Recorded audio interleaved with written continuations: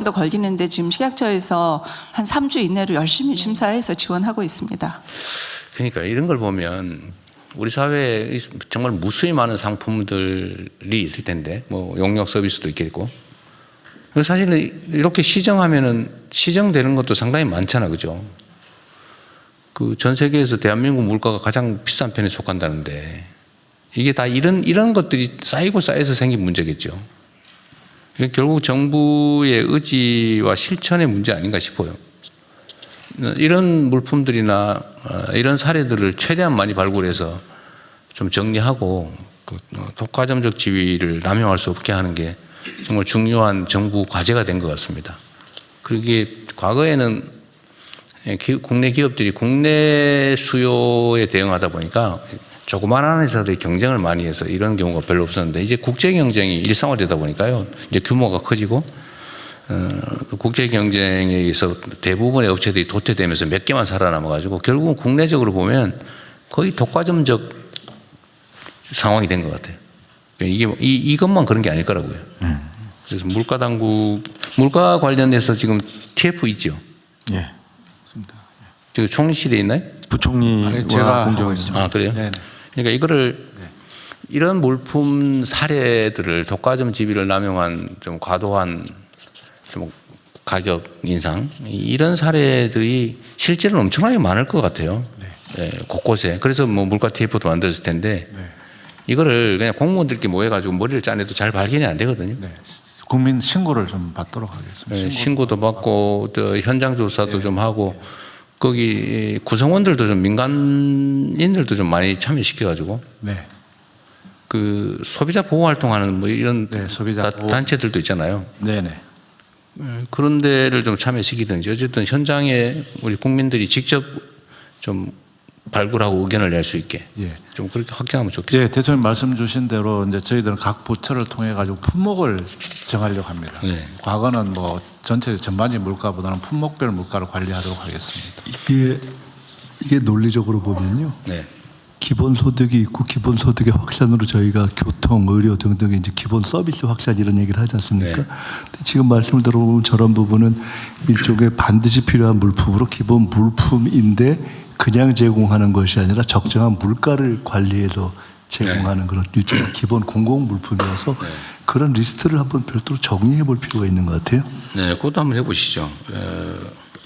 일단은 독과점적 지위 때문에 생기는 이런 시장 지위 남용 그리고 가격 인상 요거는 어쨌든 좀 찍어서 해보고 네네. 총리께서 말씀하시는 거는 국민 생활의 필수 물품들은 최저선을 뭐 요즘 표현으로 기본선을 좀 우리가 보장을 해줘야 되지 않냐 국가가 그런 면에서는 좀 고민을 해볼 필요가 있겠습니다. 네, 그렇게 하겠습니다. 근데 그 중에 하나가 이제 그냥 드림센터 같은 거죠.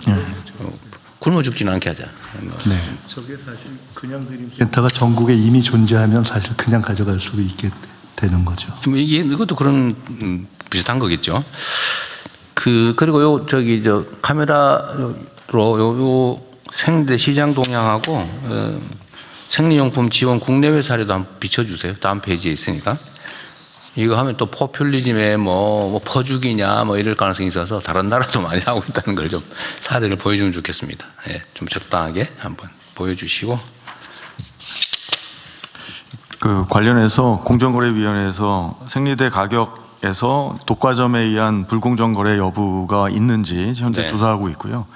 지금 제조 비용을 과도하게 가격을 반영해서 가격을 인상했는지 가격 담합 이 부분 분석 중에 있습니다.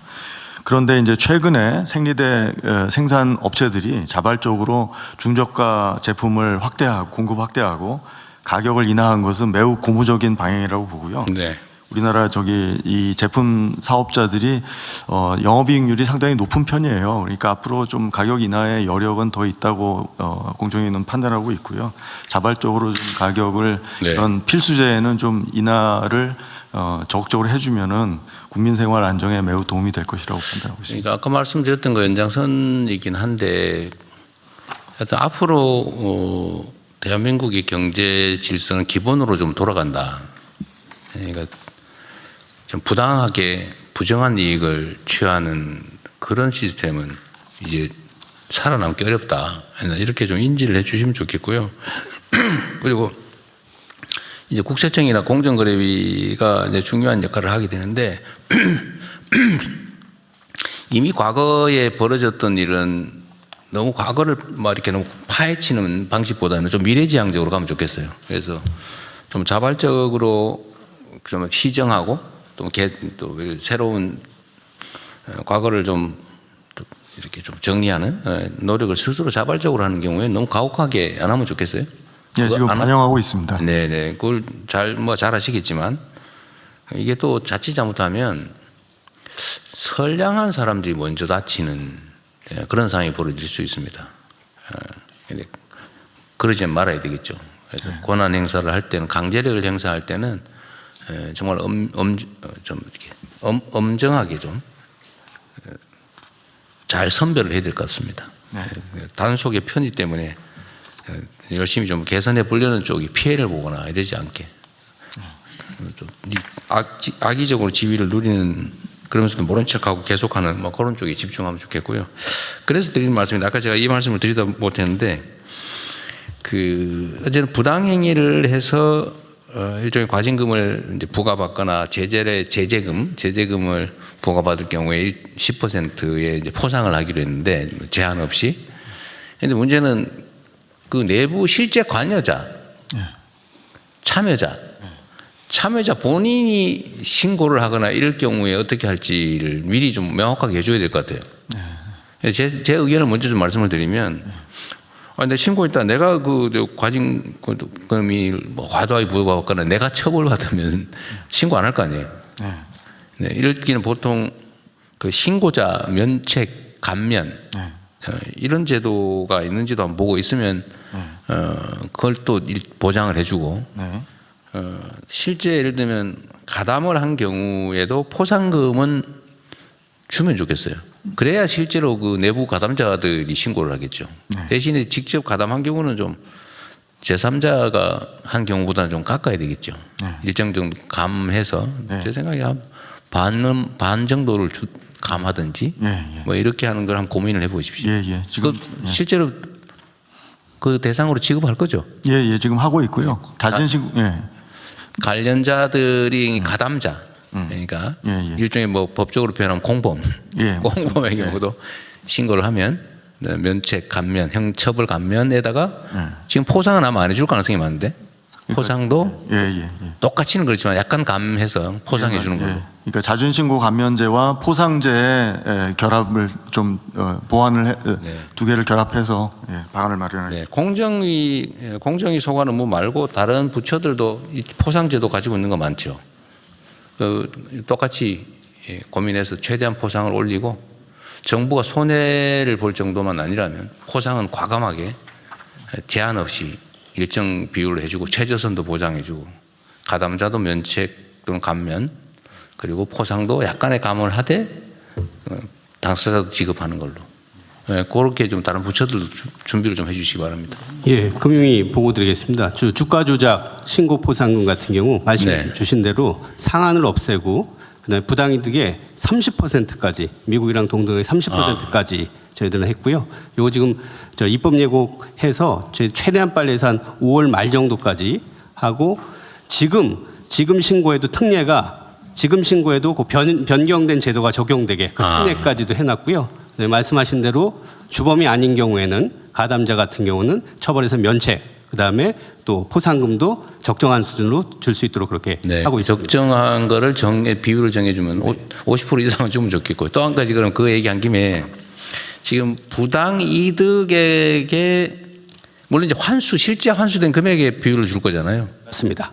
그리고 아예 부과는 했는데 못 받은 경우 이런 경우에 부가액을 기준으로 줄 수는 없지만 그런 경우에도 최저 금액은 지급을 해주는 게 좋을 것 같아요. 부가액의 일정 %는 부과 당시에 지급하고 최종적으로 실제 환수된 금액은 소위 잔금으로 다 지급하는 이렇게 좀 하면 좋겠고요. 정부 재정에 손실이 나면 안 되니까. 지금 이제 말씀 주신 대로 지금 왜 그렇게 소극적으로 했냐면 과징금은 부과했는데 실제 징수가 안 되는 경우들이 있기 때문에 그래서 소극적이었는데 이번 제도를 바꿔서 확실하게 징수가 된 이후에 저희들이 그걸 기반으로 해서 돈을 지불하고요. 대신 안 돼도 최소한 300만 원에서 500만 원까지는 또 지급하는 그 투트랙으로 저희들이 네, 제도를 300만 원, 500만 원 최저로 하되 일단 부과하면 부과된 금액의 30%를 지급한다 그러면 그 중에서 뭐 5%는 미리 지급하든지 그런 것도 고민을 해보십시오. 왜냐하면 앞으로는 이 환수된 금액을 그냥 국가 재정에 일반적으로 포함시키지 말고 그럼 별도 기금 형태로 하든지 해가지고 이런 부정 불법 행위를 막는 사업의 재원으로 좀 쓰면 좋겠어요. 그것도 한번 기획을 좀 해보시고요. 아까 저기 주식 관련해서 부당 이득 얘기를 했는데 부당 이득 안 한 경우에도 원금도 지금 몰수하게 돼 있잖아요. 네, 그렇습니다. 그 이제 주가 조작에 이용된 금액을 몰수하는 조항이 있잖아요. 네, 네. 근데 그게 명확하지 않아 가지고 지금 법원에서 판결을 잘 안 하는 모양이던데 그것도 그런 경우에는 원금 투자금 그 주가 조작에 동원된 금액도 지금 몰수하게 돼 있잖아요. 예, 자본시장법에는 원금을 몰수하게 돼 있는데요. 법원에서 판단할 때 범죄수익은닉규제법인가 뭐가 있는데 거기서는 그 원금을 거기선 빼잖아요. 반영하지 이득만. 않고 수익만 반영을 해서 그 법을 이제 법 쪽에서 좀 반영을 해줘야 됩니다. 그러니까 이게 원금도 몰수하는 조항인데 지금까지 안 했지만 앞으로는 하기로 했잖아요. 네네. 하면 그 원금에 대해서도 포장을 해주라고요. 네네, 알겠습니다. 네, 그 검토를 하겠습니다. 국가가 그런 거 부당한 건 아니지만 그걸 다 취득할 필요는 없잖아요. 그래서 그 권장하는 측면에서 주가 조작에 대해서는 투자 원금도 몰수할 수 있고 몰수하는 경우에는 그 몰수된 금액의 일정 부분도 포상금으로 주는 걸로 부당 이득액이 몇 %만 하지 말고요. 네, 하여간 네. 이쪽으로 해서 보도록 하겠습니다. 네네. 네. 예, 법제처장입니다.